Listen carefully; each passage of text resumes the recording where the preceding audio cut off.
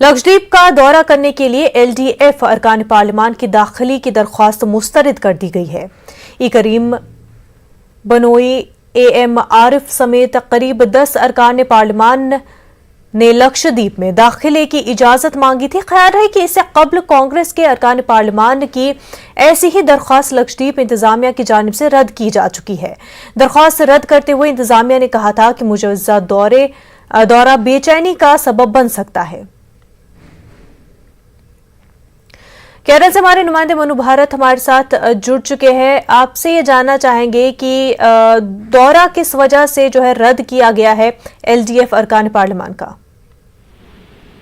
हाँ, जो दो एप्लीकेशन सबमिट किया है जो वामपंथी दल का मेंबर्स ऑफ पार्लियामेंट जो पार्लियामेंट सदस्य ने दोनों एप्लीकेशन को रिजेक्ट किया है। जो लक्षद्वीप का एडिशनल डिस्ट्रिक्ट मजिस्ट्रेट और उधर का कलेक्टर अस्कर अली ने अपनी ऑर्डर में बता चुका है कि लक्षद्वीप में अगर एमपीज वामपंथी दल का एमपीज आएगा उधर लॉ एंड ऑर्डर प्रॉब्लम्स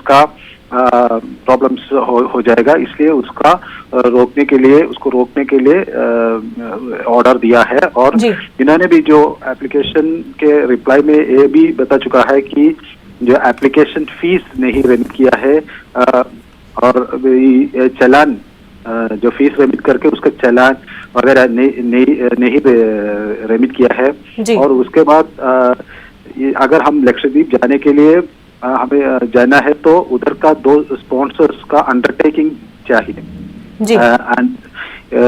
इसको एक पब्लिक नोटरी या मजिस्ट्रेट और किसी के सामने से साइन करना है। इस तरह का जो डॉक्यूमेंट्स जो लक्षद्वीप विजिट करने के लिए चाहिए, ये डॉक्यूमेंट्स जो वामपंथी दल का जो पार्लियामेंट सदस्य ने नहीं दे चुका है। और इसके वजह से जो दो एप्लीकेशन उन्होंने फाइल किया है, उन्होंने एक parliament member advocate am Arif और डॉक्टर वी शिवदासन के नाम पे है, और दूसरा जो इलामरम करीम और बिनोय विश्वम, एमबी श्रेयस कुमार और सोमा प्रसाद एंड थॉमस चारिकाडन और श्री जॉन ब्रिटास है।